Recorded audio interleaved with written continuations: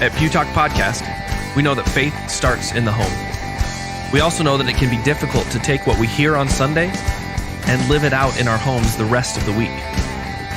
That's because information alone doesn't lead to growth and change. But information that's reflected on and put into practice is much more likely to lead to growth and change. Join us as we hear God's Word, reflect on it, and give practical starting points to help you live out your faith in your family and in your community.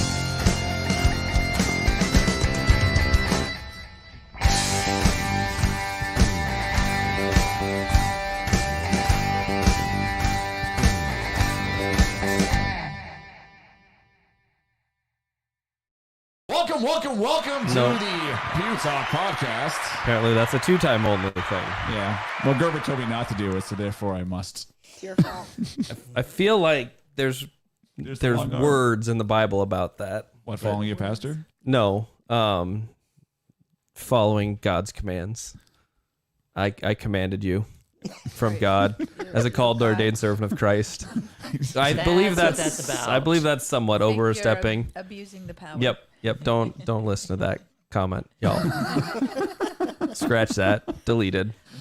Well, he told me, "Thou shalt not do announcer voice." Is that what it is? Something like that. Yeah, it was written in tablets, but now I would have had to smash them on the ground. The 15 commandments. Yeah. The 10 commandments. So commandment 11 through 5 is talking about not doing announcements, and I'm sure. Yeah, yep. I'm sure that's it. Mm-hmm. Hi, everyone. How is everyone? Hey, by the way, Lacey's out today. She's doing work. Volleyball concessioning. That sounds like work. It's our team. It's our home volleyball kickoff, and there's a lot of games, and her help was needed. Yeah. Yep. And so, because my mom is in town, I said, "Hey, you're going to be on a podcast." Hi, Mom. And I said, I'd love to do it. You're a good sport. Yeah. Well, I figured you would just come on and just be part of the team, just like that. Just like that. Plus, we're talking about husbands and wives, and you're in 50th year this year, aren't you? Right. November 6th, we will be 50 years. Yeah. So I figured that is a lot longer than ours. I think you just wanted someone who said things non-Nebraskan on the podcast with you. Probably. Yes. Right. But we decided we were not going to mention the state I came from. I didn't mention the state you came from. So, how's your trip to Nebraska so far? It's pretty good so far. Having a good time with my grandchildren. Yeah. Talking to my son a lot. No. I tried to go to work today to get away from her, but he came home halfway through. Oh, he missed you. Yeah, is that what it is? Yeah. How long are you here? Until Thursday. Okay, well, you say Thursday, but it's really like Wednesday late, because she's leaving like 6 o'clock in the morning on Thursday, which means I had to get up like 4 o'clock in the morning just to drive her butt over to the airport and then come back and take a nap and then go to work. So you're not working out? No, Robert's canceled Thursday. Oh, that's right, for this week. That's true. Yeah, I guess he's a slacker. Yeah, So, anyways, how's God messing with you this week? My foot hurts. I felt out of the club this last week, but I'm not a lady, so I don't know if I should be in the foot hurting club. But I joined it this week. It was fun. The year of hurting feet. I have a hurting foot. I have a hurting foot. Look at that boot. And wait. Okay, so Mom, just to fill you in, Lacey, she had a boot, and then Stacy got a boot. Mm-hmm. Yeah. And then I don't know what Gerber's a boot, but But he's not from Canada. Nope. What's that about? My mom's like, what is happening? I thought we were going to talk about Jesus. We'll get there. So We always eventually get there. yeah. So if you want to comment and be part of the conversation, please do. Yeah. Also say hi to my mom. So there you go. If you have questions, great time to ask it. Yeah. If you have questions, please ask because Fun topic. we're going to be talking about how wives should submit, right, Mom? Of course. So, Casey, how's your life? It's a bit hectic, but it's good. Trying to get a lot of things off the ground, education-wise at the church. Yeah, because it's week 2, 3, 2. Third, fourth-ish. I lost count. I mean, yeah, I mean, he's basically been there forever now. yeah, forever. Forever. And that means I can't leave. I've been here 3 weeks, so I can't leave now. Yeah. Never. Never. Hey, did we get a comment? Yeah. Right Oh there. boy. Oh, Oh. it's from me. Hi. You said to say hi. Yeah, you're right. Yep. Stacey, how's your Get the foot? commenting going. It feels really good. When but- can you lose the boot? He told me to wear it for a month, which will be Saturday. Saturday. And then go to real shoes and see how it feels. So I'm trying to. When are you gonna start jogging again? I don't jog. But I will go back to jazzercise. I actually have been. I've just been In a boot. limiting my skipping, my dancing. You're skipping. Wow, I that's limit my dancing all the time. fantastic. Yeah, well, it's a good don't thing. do that. You Yeah, gotta let it's a loose. very good thing on my part. And the crowds rejoiced. Yeah, I think I have a sound for that. be awkward. There it is. Yeah. You gotta embrace the awkward with your dance. Yeah, that's Yeah. true. I embrace it. No one else wants to, and I don't blame them. As I tell the youth, I got moves, and they're all bad. There you go. All right. All right, so today we are talking about marriage. Marriage. Marriage. Marriage is what brings us together today. Oh, here's another comment from Stephanie. She's not in this room. She's not. She So- at volleyball. Yeah. She well, was. well, when does the game get over? I've Whenever it gets over. yeah. All right. If you're watching volleyball and us at the same time, I applaud you. And if you'd give us score updates so that everyone could know, that'd be great. Yeah, that'd be good too. There you go. Because that would be right in the middle of the conversation. But Right. By the way, and now, there now. and now a score update from Breaking news. the breaking news. Oh, Do you you have a got to breaking get one news of sound those. effect? Yeah. Well, we would need more comments for that. Okay. All right, Stacy, you're gonna read Ready us. for me? Just jump right in with verse 22. Oh, yeah. Is I it- brought my ESV Bible today, everyone. And it's very small print, so I'll do my best to read it. I'm going, 22 to 33, right? Just finish out the chapter. Yep. All right. Ephesians 5, verse 22. Wives, submit to your own husbands as to the Lord. For the husband is the head of the wife, even as Christ is the head of the church, his body, and is himself its Savior. Now, as the church submits to Christ, so also wives should submit to everything to their husbands. In everything to their husbands. Husbands, love your wives as Christ loved the church and gave himself up for her, that he might sanctify her, having cleansed her by the washing of water with the word, so that he might present the church to himself in splendor, without spot or wrinkle or any such thing, that she might be holy and without blemish. In the same way, husbands should love their wives as their own bodies. He who loves his wife loves himself. For no one ever hated his own flesh, but nourishes and cherishes it, just as Christ does the church, because we are members of his body. Therefore, a man shall leave his father and mother and hold fast to his wife, and the two shall become one flesh. This mystery is profound, and I'm saying that it refers to Christ and the church. However, let each one of you love his wife as himself, and let the wife see that she respects her husband. All right. So far, the text. This is the word of the Lord. Thanks be to God. I almost said it. If it's the Lord. Oh, by the way, I don't know what's happening to this podcast, but we brought on an Episcopalian to this podcast. So Do y'all have pews You have in your church? Yeah. I figured most Episcopal churches do, but I didn't know can we bring someone on that doesn't have a pew. have a pew in their church. I mean, I think We are PewTalk. we are PewTalk. Sitting So on that's the couches and chairs in your studio. for PewTalk. for PewTalk. There's a spare pew out that used to be in the youth room that's now in storage. Yeah, That's I'm- available. Yeah, I'm not going to do that. You know how heavy that thing is? It's very. Very. It's actually. And I don't the- They even. had to they had to split it in two to get it out of the youth room. Well, I bet because I don't even think it would fit in my studio. Anyways, No, it would not. Along there it would. Yeah. Or along here. Started in the pew, but Probably better to do it along the side of the wall that's not the door. I think it'd be Either put entertaining it to on see your deck. something. Just to see someone go across. Yeah, but see, you Could be guys, the you deck. guys mistakenly thought that this was because we have a church pew. We actually talked about having Star Wars sounds. Pew, pew, pew, pew, pew, Oh, pew, pew, okay. pew, pew, pew, pew, pew pew pew. pew, pew, pew.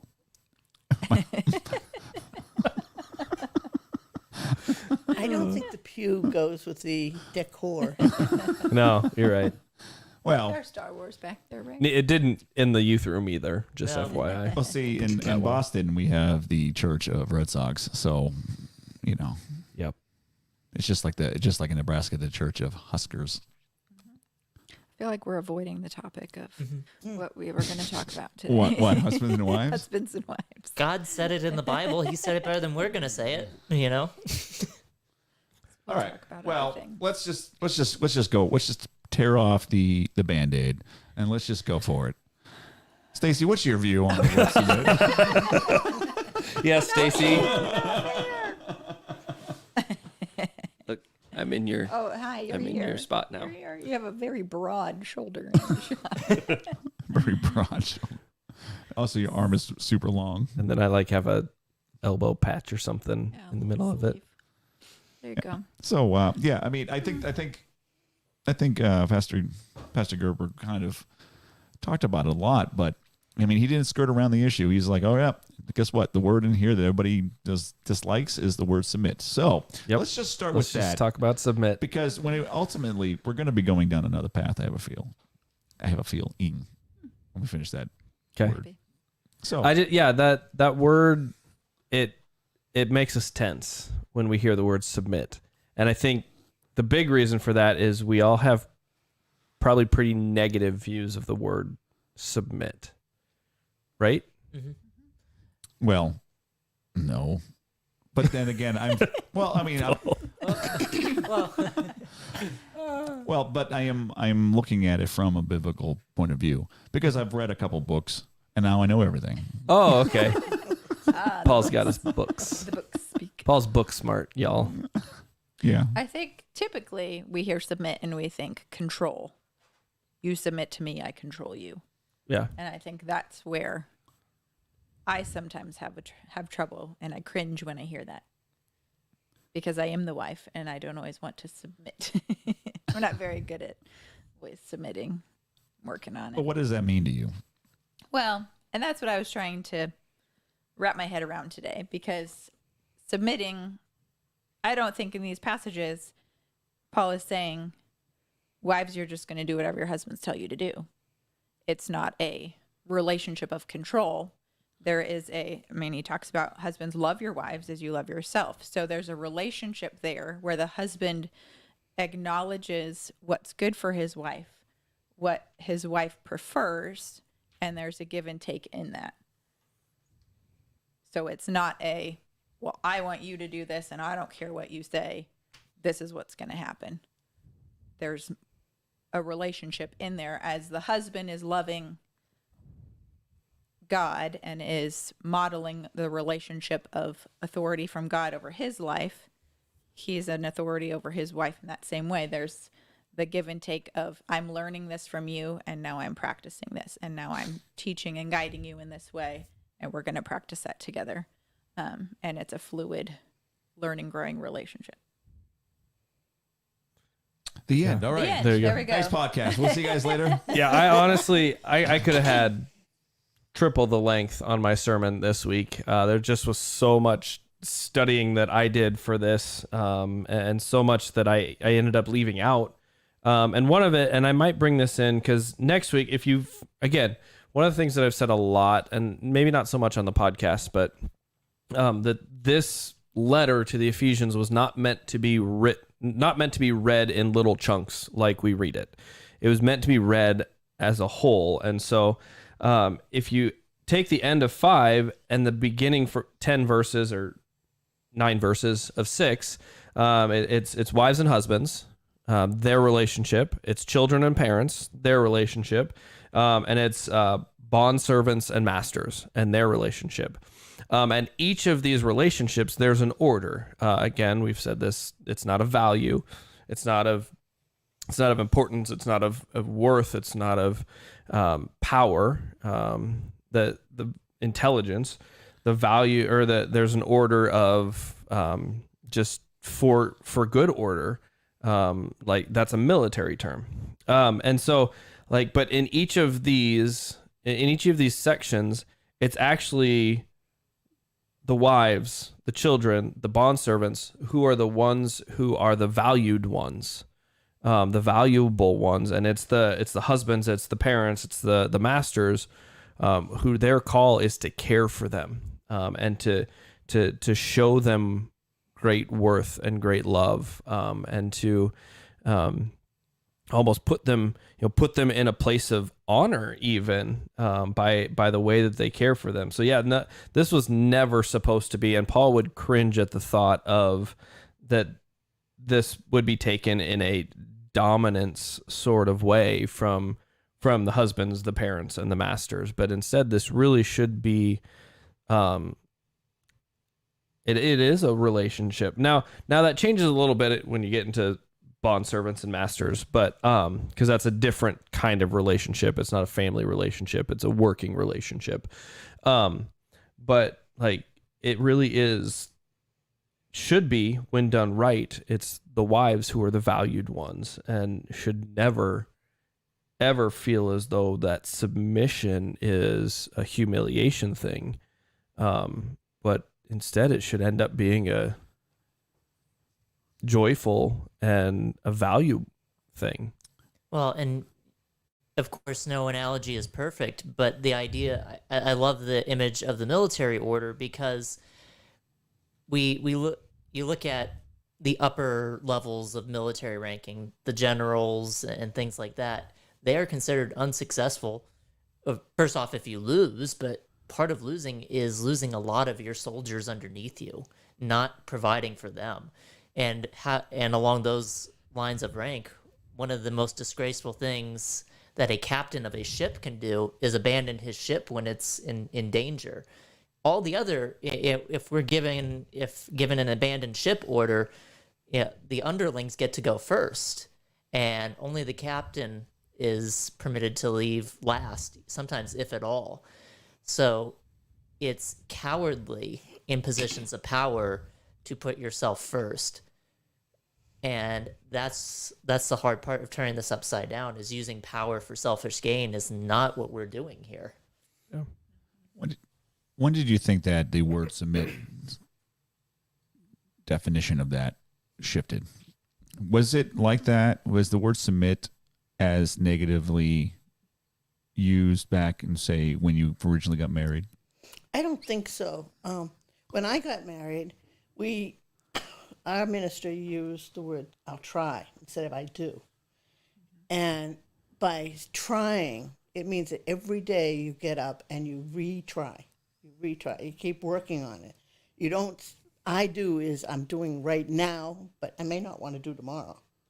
So trying, it means you keep working, which means then that if you keep working at it, that you think of yourself as a partner, and you work every day with your gifts and his gifts, or vice versa, and you try to do whatever you need together.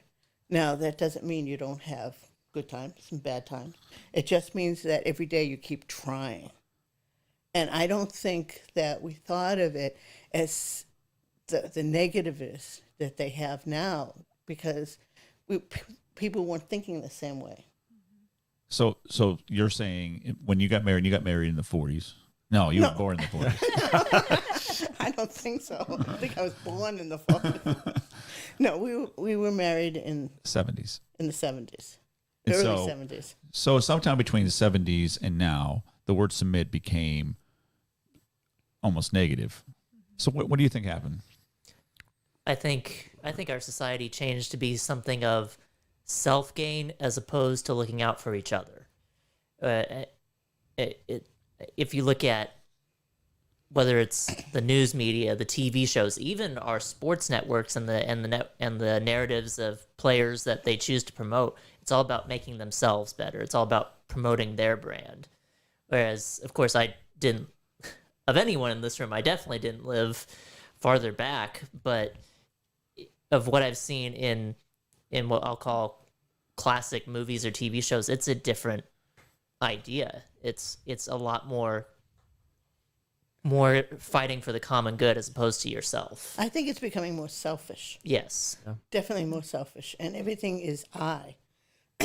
And I think in marriage, the two I's hold up the we, and I don't think they hold now. I don't think the I's are holding up anything, and so if you have to submit, that means that what I want is more important than what you want, and what I think is right is always right.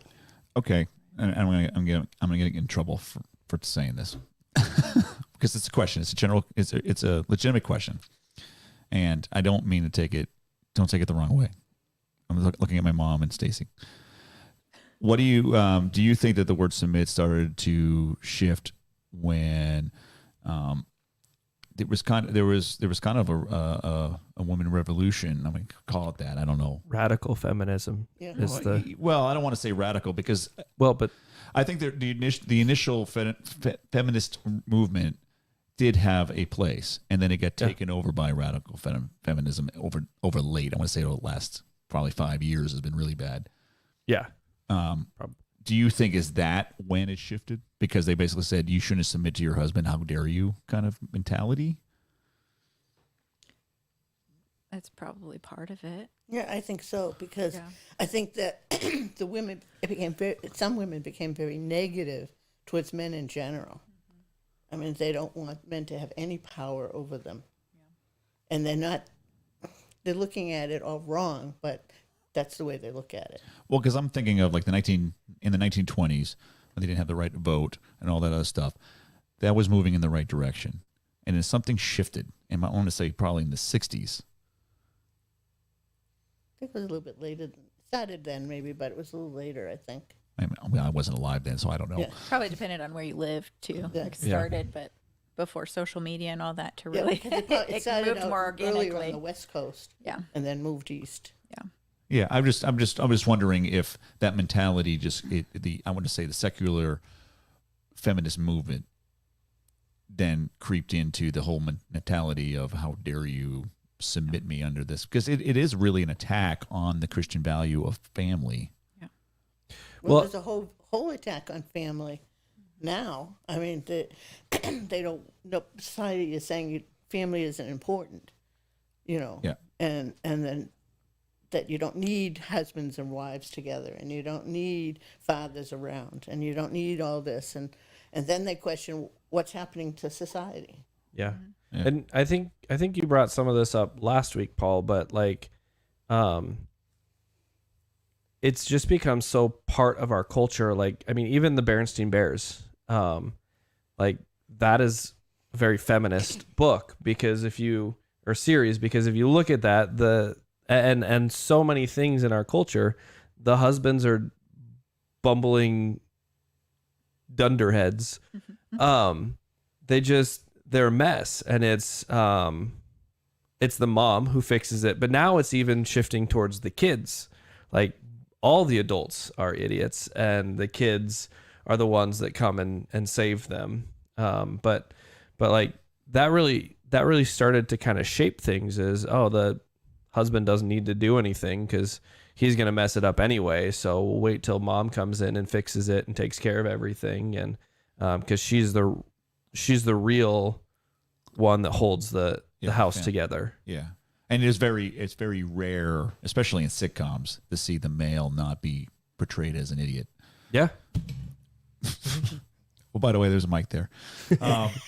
See, it's hard. I mean, there are a handful of shows that will show. I'm just talking about this depiction of and sitcoms is the one. The comedy. If there's any sort of comedy, it's going to be at the husband's expense, the male's expense, typically. And there is some level of comedy of playing off of the smart person combating with the dim-witted character. So there is a level of comedy to that shtick, but it's almost always the leading man of the household being portrayed as the dumb one. Yeah. Could you imagine, and I'm just trying to think, and maybe somebody's got an idea of one out there, but can you think of a show where that's flipped? Where- that the wife is Where the wife is the dummy? yeah. I don't think it that would air. right. That would not air. Well, because I'm thinking of certain shows like we Last Man Standing and Tim Allen shows generally will have a strong male character, but his wife's not an idiot, though. Correct. Yeah. I don't know of any shows that I can think of. It's very few shows that have the male being not an idiot. And then I've never seen a show where the female is not an idiot. Because I know we can't say his name, but Bill Cosby's show back in the day, they were both. Yeah, she was a doctor too. Yeah. She was. I could think maybe Archie Bunker. But even him, he was an idiot. Yeah, he was too. So I don't know. you don't know Archie Bunker? Come on, it's before your time. Come on. I didn't even watch it. It was before my time. My Yeah. mom might know it. Yeah, I know it, but But yeah, there's no network that would run with that show because they'd be destroyed by the Powers that be. yeah. Social media. The blue check marks of Twitter. Yes. So that's really, I think that kind of got it started. Or I shouldn't say that got it started, but that really helped get it into culture, is if we can continue to portray the women as the heads of the household. Yeah. And which is a flip of what God has said. Yeah, and the reason I bring that up is because in the sermon you talked about, and this is the part that really stuck to me, is that because of that, we as men have failed. And we've abdicated. I don't think many men have then fought against that. And I'm going to say I'm including myself in that at times. Like there are times where I'm just like, well, Stacy can take care of it. But like, Thanks for your confidence. I do have great confidence in you, but men, we've abdicated that. And so women have at times also, women have had to step into those roles. They've had to step up because we haven't. And so like for those women who are leading their household, continue to do that. And then try and give some things back to your husband to do, but to lead in that way. But I was just reading a comment from Ellen Lunn. okay. She was talking. We're talking going back to that feminism, and she was just like the first wave of feminism was for vote. Second wave was equal wages and equal work, equal opportunity. Third wave was free sex and abortion on demand. Fourth wave, men are evil and unnecessary. Yeah. And so it's almost, and her point is basically is like the first and the second waves was one thing, but the third and fourth wave, as she called it, is a completely flip on what God's intent on that. Yeah, and I agree. Thanks for putting those in that well, Ellen. But yeah, those first two it was good for women to vote. well, I think that the women liked the first two. But all women liked the first two. Yeah. And then I think that they felt like they reached their goal and they were fine. And then I think that the third and fourth wave were stolen by the a radicals. select group, the radical group. And I think because we don't want to start a fight or we want to be nice and caring and loving, I think we just said, we abdicated and said, you want to run with it, go ahead. And we didn't really realize as a group where it was going to go. A group as Christians. As Christians, I don't think we really realized that it would. I mean, and there's a lot of things that I think we've abdicated on, and both sexes have abdicated on. Oh yeah. And that we've just said, it doesn't matter what it is, but we say, well, we don't want to We don't want to mess things up.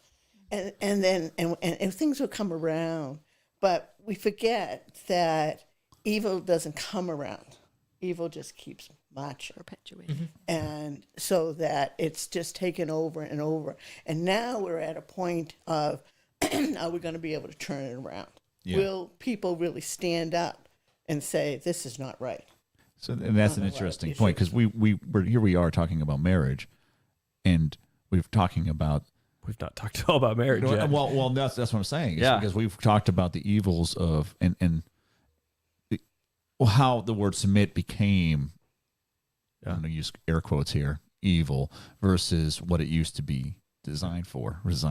What the original intent. intent. But don't they want us to submit to all kinds of other things? Of That's course. why the word is bad, because you you submit to taking the vaccine. You submit to doing whatever else the government wants you to do. All right, well, we're not getting political. No, on no, it. no, I don't mean that. I'm just on the word 501c3, submit. we need that. I think the word submit has been thrown around for a lot of different things, so that it's become even more negative than what its meaning for marriage. Well, and I think on top of that, the word submit in itself, anything that calls us to be less than the best, we're told is, or the top, I should say. Like, we have to be the top of everything. And to humble yourself and say, in this situation, I'm not number one, which in Christianity, we're never actually number one. God is. But the society will push on us the idea that, any idea that you aren't the top dog in your situation is bad. And willingly giving up the top spot is weak. And weakness doesn't make for a strong society. So stop being weak.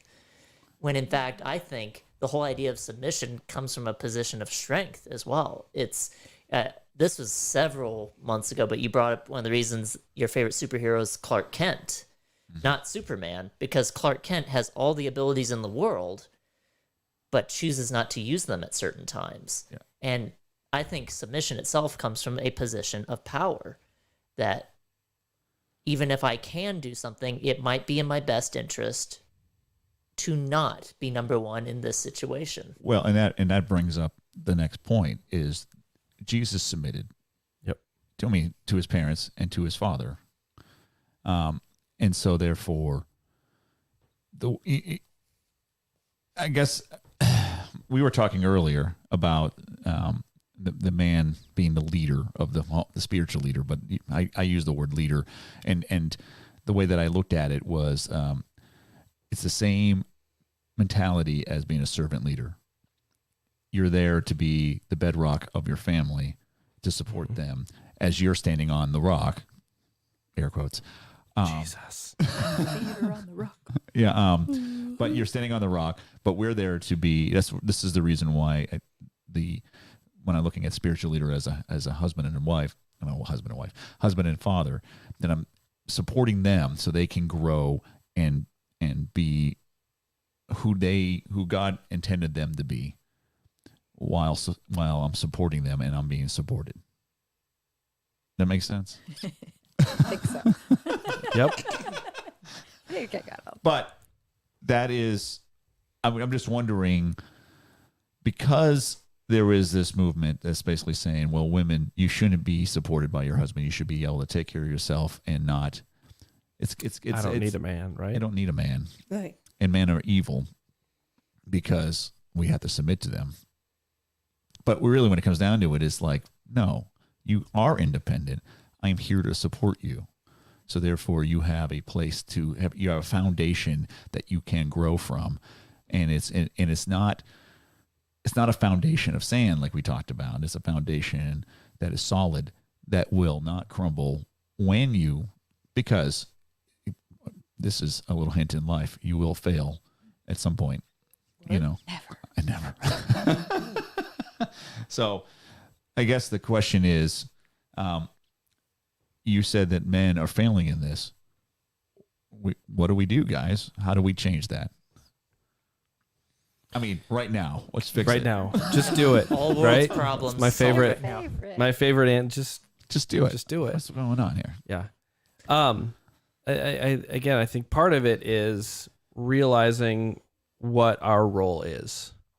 And so it goes back to love your wives. Our language, love your wives in the way that they need to be loved, right? Our language is not often love. And I love the love and respect series because men need to be told to love. Women don't need to be told to love. I mean, that is their language. They speak in love. We speak in terms of respect. And so from women, we want respect, but that's not their language. They speak the language of love. So women are told to respect. And so like we need to love our wives and in a way that draws them closer to Jesus. And draws them closer to who, so it's doing things that might be uncomfortable. One of the things that I started for it, like we have not been great about praying together. I can pray with anybody. It's awkward to pray with my wife. And it just, and then I do it and then I pray and then I'm like, that wasn't awkward. Never mind. I don't know why, but Satan loves to play on that insecurity of like, oh, she'll think you said it funny this time. You don't just don't pray today. And you never do. Not very judgmental about prayer. No, I know. And so like that's, I mean, to lead that, praying together and reading God's word together and discussing how God's word impacts our lives together, to lead that, to be the one to seek that out and push for that, even when that might interfere with me watching football or some, things that, or I'm tired and so I don't want to. But it's leading in those ways, giving up myself for Stacy, and for our kids, not in a way that, because I think there are a lot of men that are fine with that, a lot of that piece of it, but I think then it always leads to so that I can get out of the relationship what I want out of the relationship. Mm-hmm. And to do all those things, not so that I can get what I want, but because that's what it means to be a husband and to love my wife. I think also as men, Ellen did a great job of breaking down the historical steps of feminism, but particularly that first and second wave she mentioned. There's a reason that women didn't have the right to vote and a say in politics is for a substantial portion of our nation's history and our world's history is because men abuse their power, sometimes using these very verses. And when we look at what makes the word submit sometimes hard to swallow, it's not all the men who lived honorably by this code. We think of, the squeaky wheel gets the grease. So when we think of bad leaders, there might be only a handful of bad presidents or bad generals or, insert power rank here, bad this, but they're the ones we hear about. And historically, men have abused their power to hold it over women, and that's not right on any level. And so if there's any men listening who think that this means that you get to have a say over your wife's life, that's not at all what this is about, and that's not what these verses are for. So I think although relationships aren't built on what have you done for me lately, I think there's a side of it that what I tell myself is if I want the respect from Tara as my wife, I also need to have behavior that's worth respecting as a leader. Like, would I want to follow what I was doing in that moment? Of course, I don't get 100% on that. There's times I need Jesus. Well, there's a lot of times I need Jesus just as much as anybody. But I want to look at myself as someone, am I worth respecting? Am I worth following as a leader? And And likewise, am I abusing this idea of being the head of the household for my own personal gain? So Gerber used an example of one aspect of being a spiritual leader, and you're talking about in the prayer life and that kind of way. But there is many different ways that a husband can be a spiritual leader in the home. Yeah. That is not necessarily just prayer. Right. No, absolutely. Or saying, kids get dressed because you're going to church today. You know? Right. I was talking to my mom earlier today because we kind of debriefed a little bit. The way that I look at it is that I look at myself as I'm the one picking up the weight that Lori can't. I'm talking about physical weight. I'm talking about there's some stuff that I feel like I'm there just to say, okay, I've got it. Let me take this burden or whatever, and especially when it's a heavy burden or whatever. That's the way I look at it. It's like when my kids need that or my wife needs that or whatever, then I pick that weight up. I hate to use the weight because it's not a physical weight. Does that make sense? Yeah. And I don't know if every husband does that or not. And you're fairly newly married. Mm-hmm. We're By both perspective. we're both in our second decade, Mm-hmm. and then you're going on your fifth I'll be decade. going on my sixth Decade. And so, and we brought up an interesting point, because when we have kids, it's one way. You don't have kids yet, and then the kids are gone.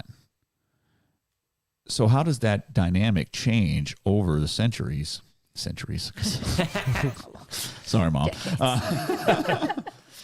As your life progresses, because right now, all our focus is, we got the kids. I mean, there's other stuff, but it's really, if you really narrow it down, it's like, okay, we need to move the kids along, right? Yeah. I mean, I'm assuming that we're on the same, because we both have younger kids and we're just going to get them going. You don't have kids yet, and your kids are, me. and I'm growing up now, and I'm out. And so, Hopefully. so how does that spiritual leadership as a husband change? I mean, how are you showing terror? Because right now I feel like I'm trying to carry a weight because we have kids and all this other stuff. But I don't think it entirely changes. I was talking to Paul earlier about my husband's not one to sit and pray with me. He's quiet, and he won't do that. However, I don't know where I got my... over the course of our relationship, I found that things would happen, and he would give me the encouragement to do what I wanted to do. I was explaining to him that, for example, there was a healing course that I wanted to take, which was going to mean months of me going out of the house. And we had one car. We had to travel from Londonderry, New Hampshire, down to Malden. And I didn't know how I was going to get there. And my husband's like, you'll make it.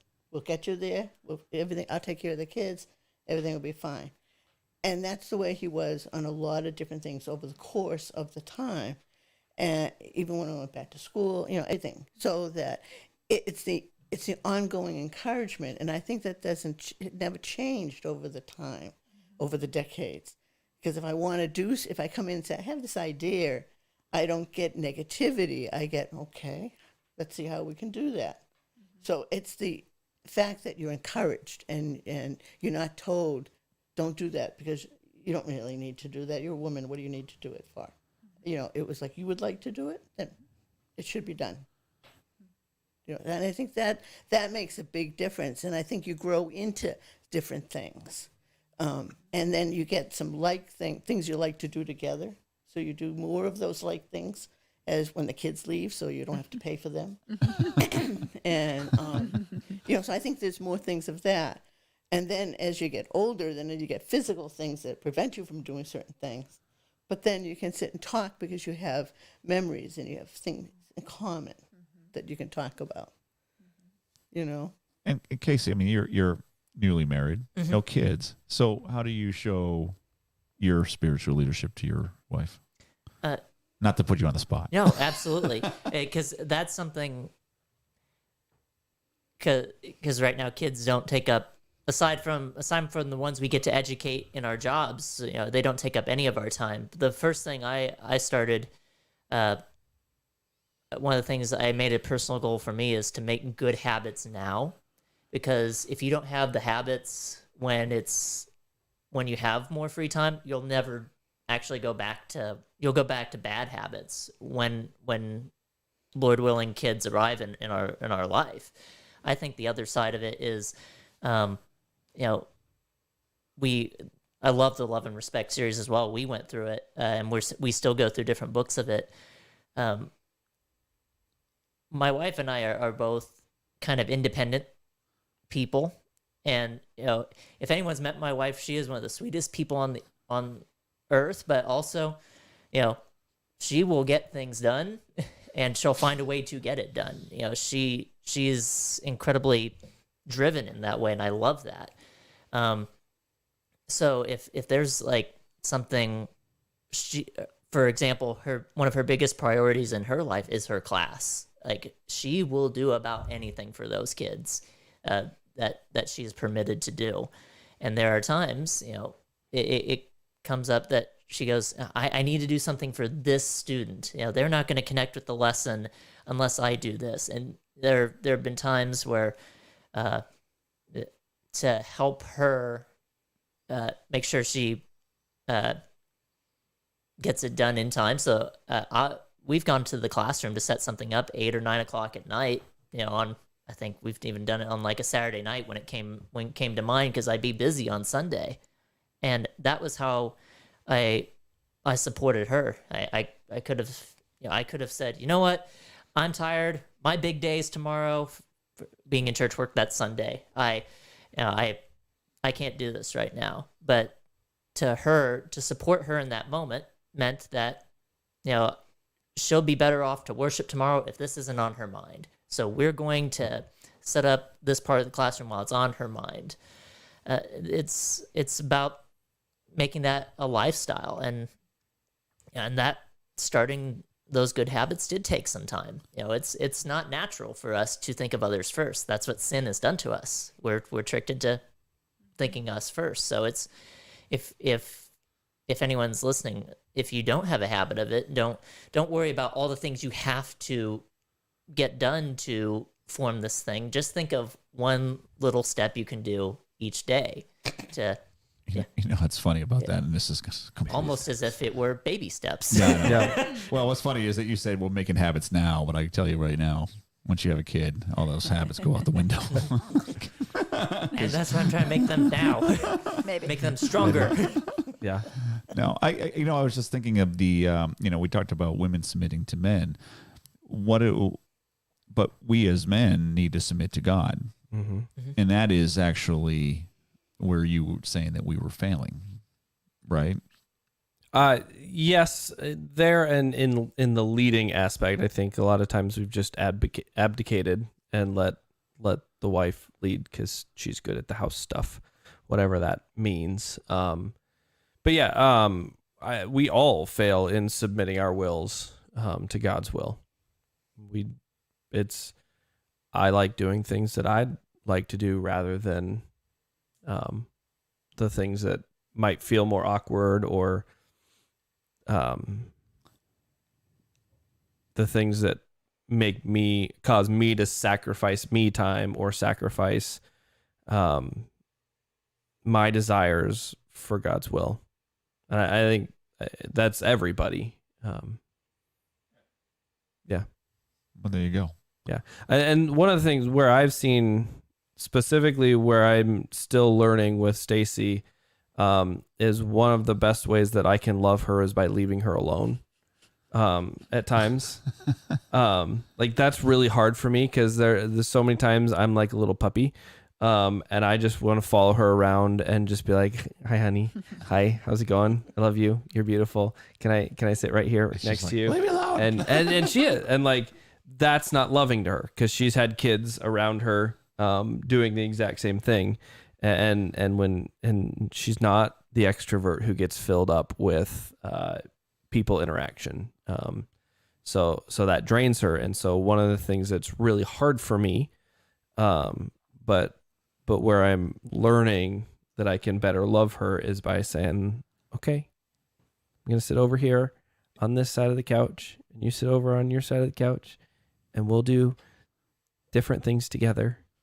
And I'll have my person interaction by sitting near you, and that's hard. Well, you know, sometimes, but it's good for you because you need that reset. Yeah. You guys read Love Languages, I'm assuming, book? Yeah. Sometime a while ago. Yeah.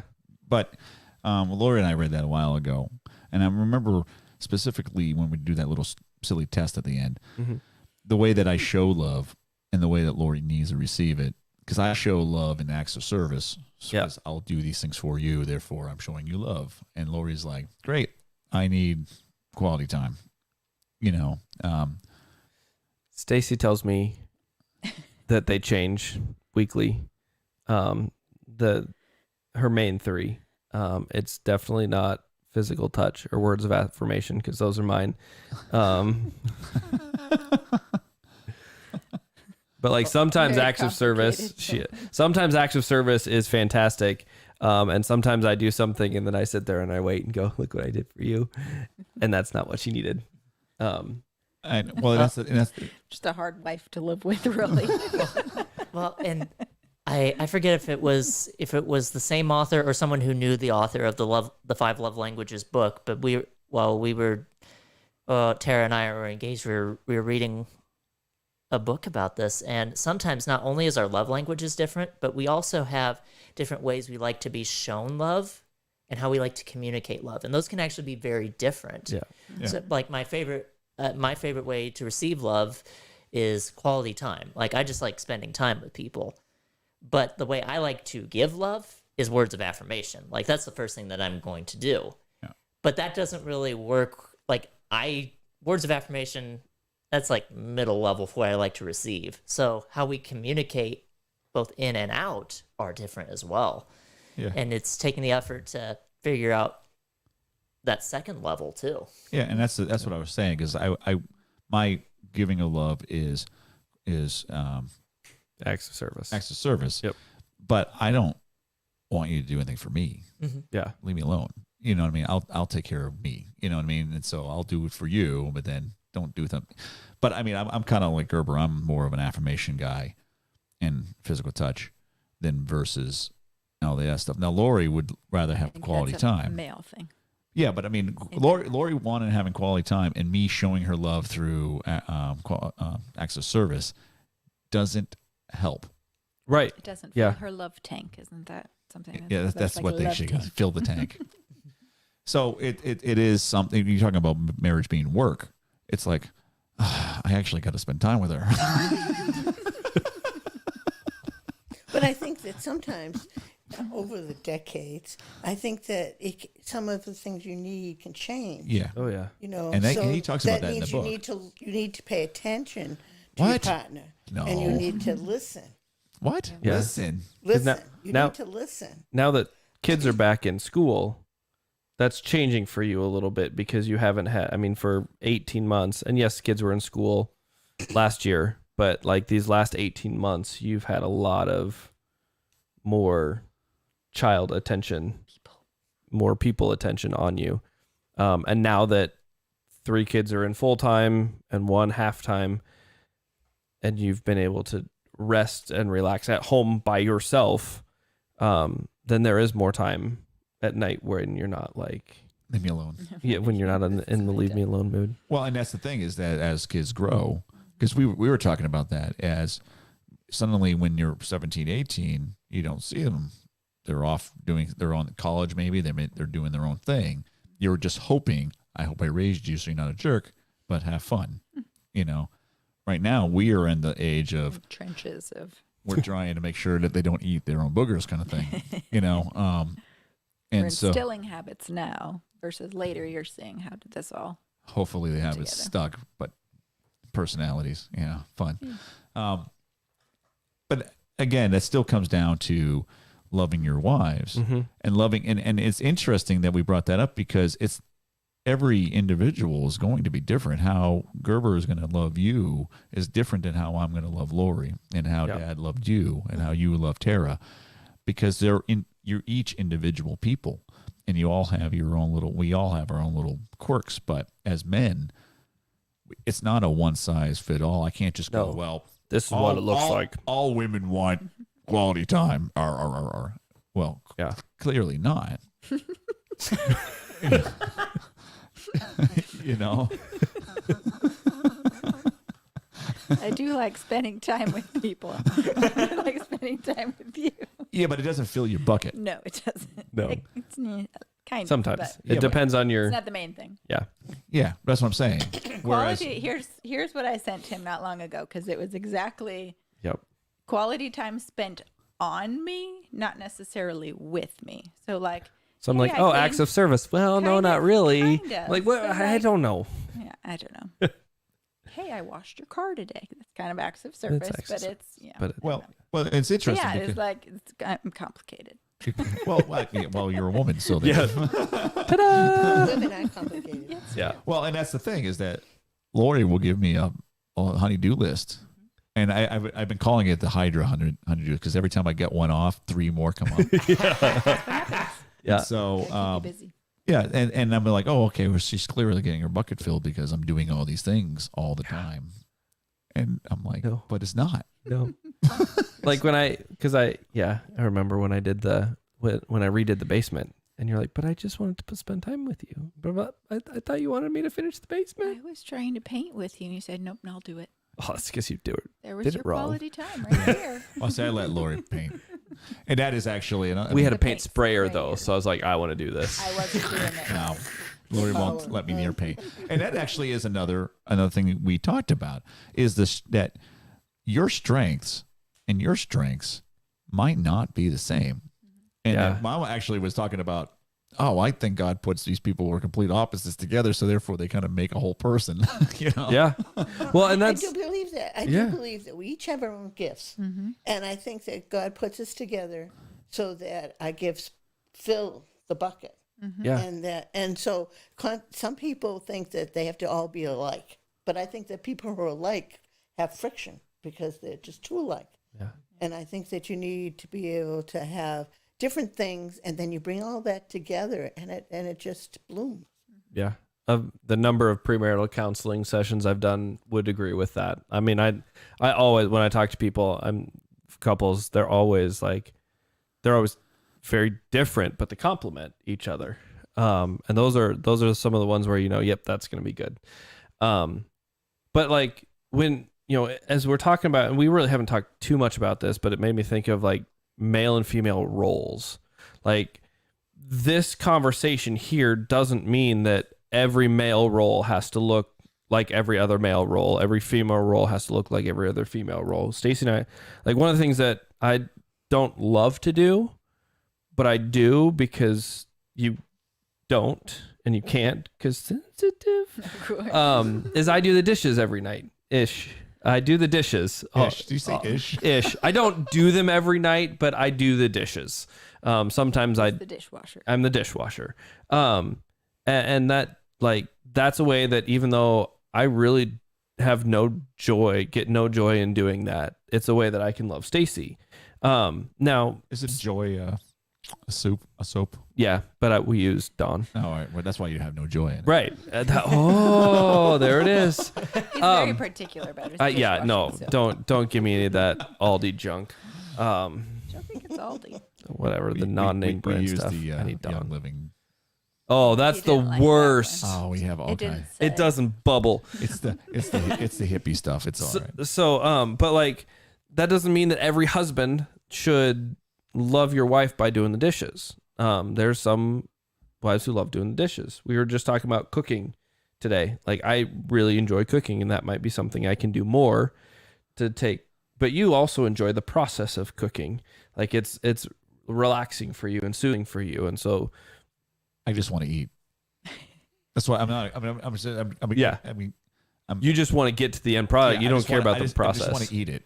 I Yeah. don't want He to. likes the process. I do. I like Yeah, it, but you like but I cooking. make a mess, and so it's not only does you do it the dishes, mean I'm so- taking one of the stress relievers away, but I'm also making a mess. And so I'm taking a stress reliever away and adding a stressor while I'm cooking. So that's why I do it at 6 a.m. Out on a Saturday morning, and then you go and break your toe. Don't do that. Don't do that. Well, one of the things that, and I'm looking at the time, I'm hesitant to bring this up because I know this will add on another 5 minutes or so. We got to get our kid from football eventually. Okay, eventually. That's a good word. Okay. He'll get better if he gets more time at drills. I think it would behoove. It would be bad if we don't at least acknowledge the fact that there are times, because we're talking about a Christian marriage here. Yes. So what happens if you have a marriage that neither one of them believe, or there's a believer and then non-believer? So I don't feel like I can speak to a marriage where there are two non-believers. I just don't feel like I can speak to that because we're gonna be starting on very different ground. Yeah. If you want to talk to me individually, let's talk. Yeah, that's a good point. Yeah. But it's really hard when there's unequal, what Jesus would call being unequally yoked. Those are some of the conversations in premarital counseling that I have before. That's one of the first conversations I have is, okay, you got to figure out what this is going to look like, because this is going to be one of the things that's going to cause the most difficulty in your relationship is especially as kids come in.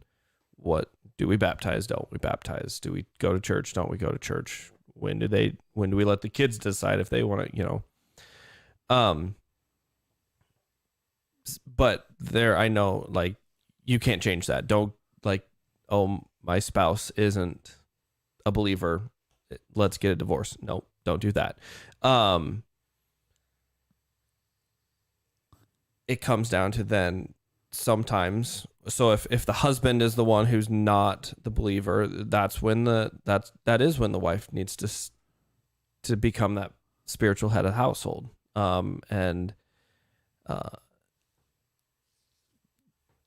Honestly, it becomes almost like a faith single parenting type thing. So there's more responsibility then for that believing spouse, whoever it is. But a lot of these are just easier conversations to have one-on-one. Yeah. Than to speak generally. Because I do think that, though, even without your spouse being on the same page as you are in faith, that I think these are still valid. Wives, submit to your husband. If he's asking you to do something that's against God, that might be an issue where you give a little, you can't compromise that. Mm-hmm. But within the marriage, both the husband and wife are still looking to God for direction. So as a wife whose husband doesn't believe, I am still following God and his law. I am still being the wife to my husband that allows him to lead the home, but also trying to show him my faith by what I do, right? I mean, there's a verse. I do believe, though, by the way, just so we're clear. I know you do. Are we sure, as a pastor, that he believes? Yes, he does. But as a husband, if you had a wife who didn't believe, you would still be leading her in a walk, encouraging her to walk with God by what you do, by how you talk with your children, by how you treat your wife and respect her. Yeah. That I think we're always trying to point our spouse to God and love them as God has loved the church.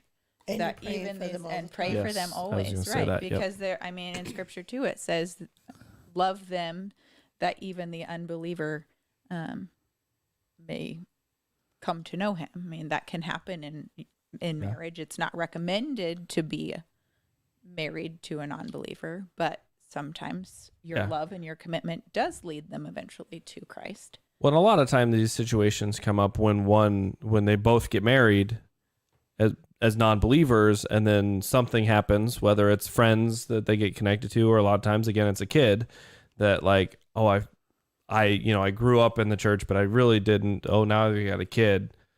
Oh, now this is starting to. There's a little more. The rubber hits the road. Yeah, and so. But yeah, so prayer, thank you, because that's absolutely that's where you start, and it's constant daily prayer. But one of the things that we're going to look at in Ephesians 6 is just that reminder that your fight is not against flesh and blood, but against the rulers, against the authorities, against this is tiny writing, the cosmic powers over this present darkness. So it can be very easy to get to a point where you are angry with your spouse, or the fight starts to become against the spouse. That's not the fight.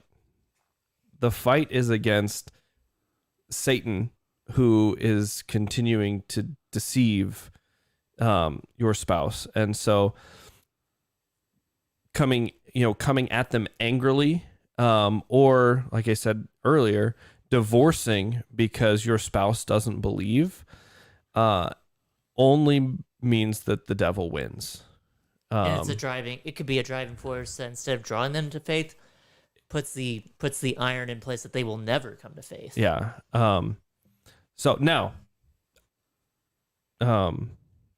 again, a lot of these situations, and just everything that we've talked about, okay, you want to talk to people individually. And everybody, as we've talked about, every marriage is different. Right. Every individual is different. Yeah. This is generalities. Yes. That we're talking right now. Yeah. Yeah.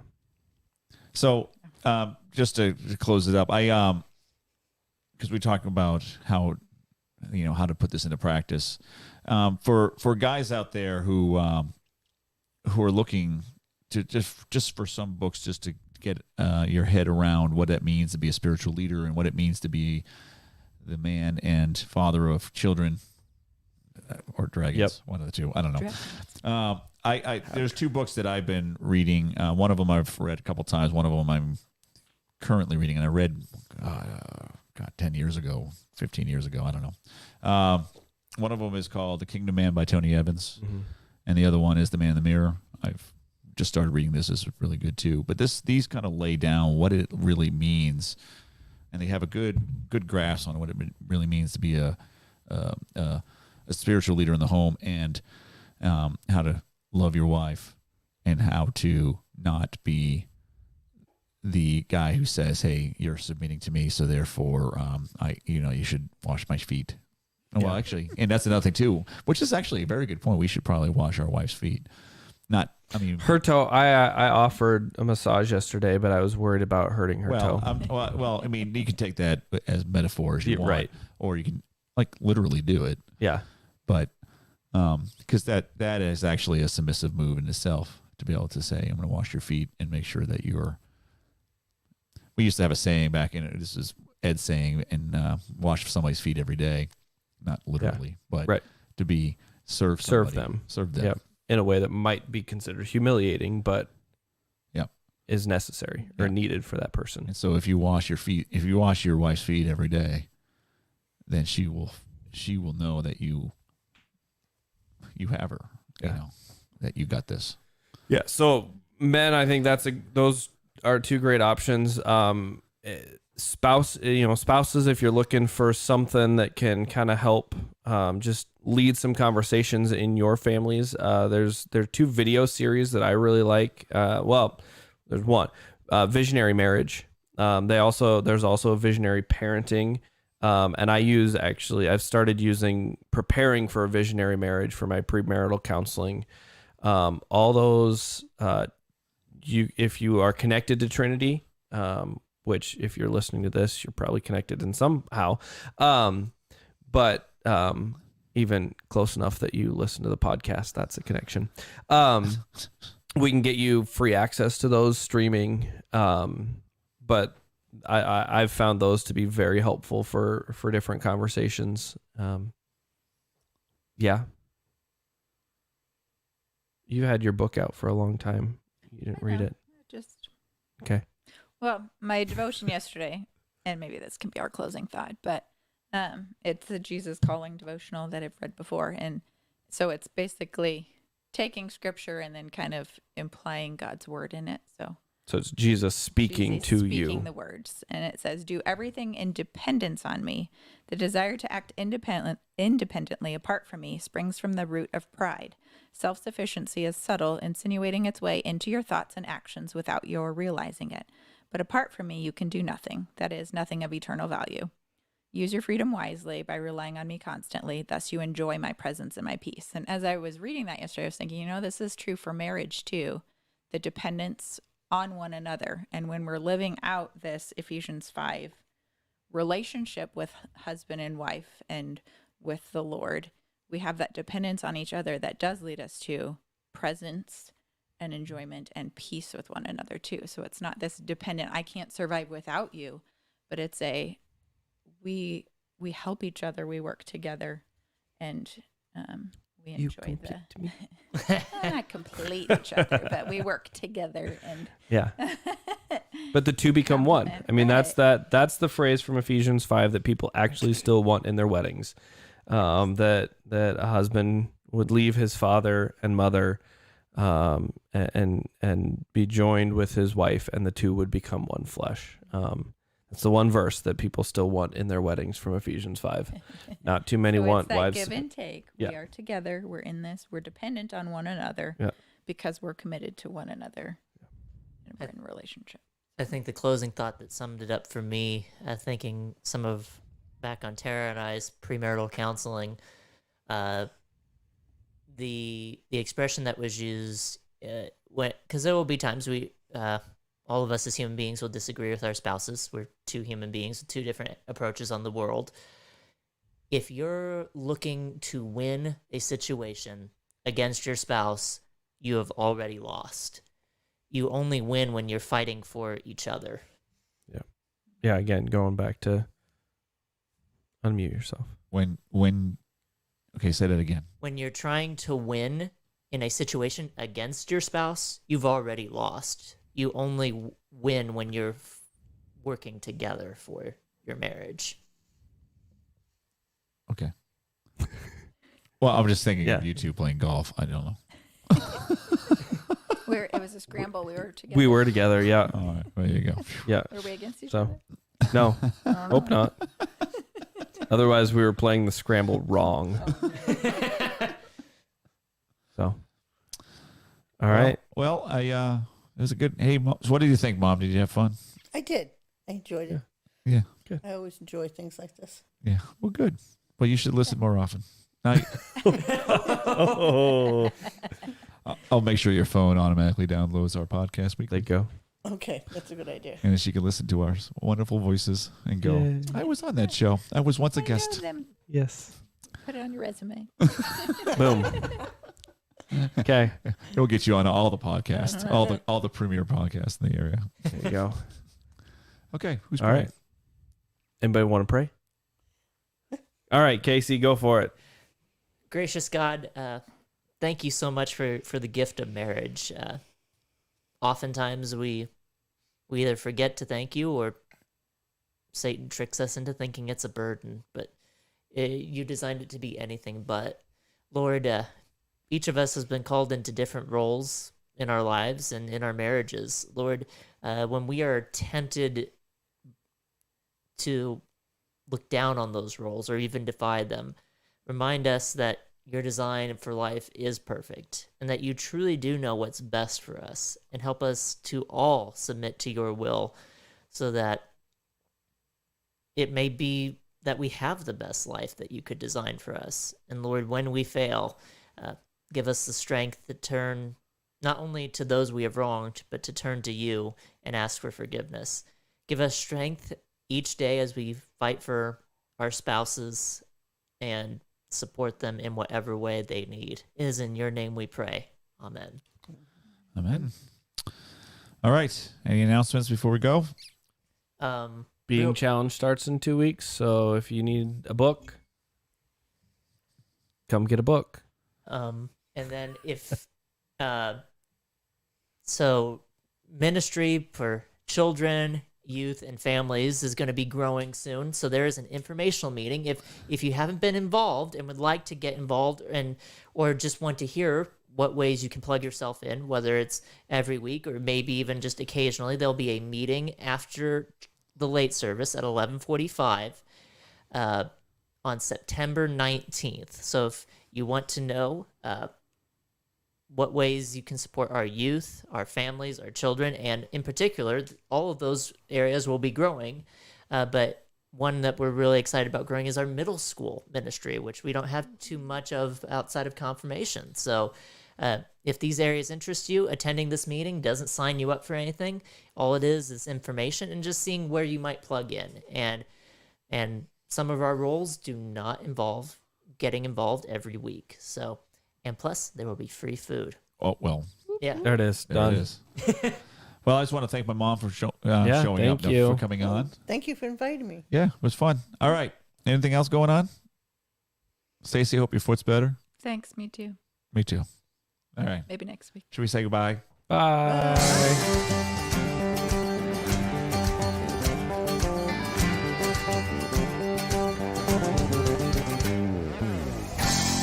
Thanks for joining us this week.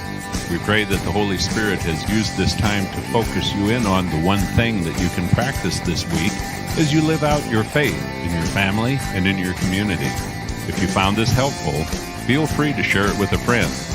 If you would like to support the work that God is doing through Trinity Fremont, you can text a donation to 1-844-353-5782, or you can give online at www.trinityfremont.com/donate.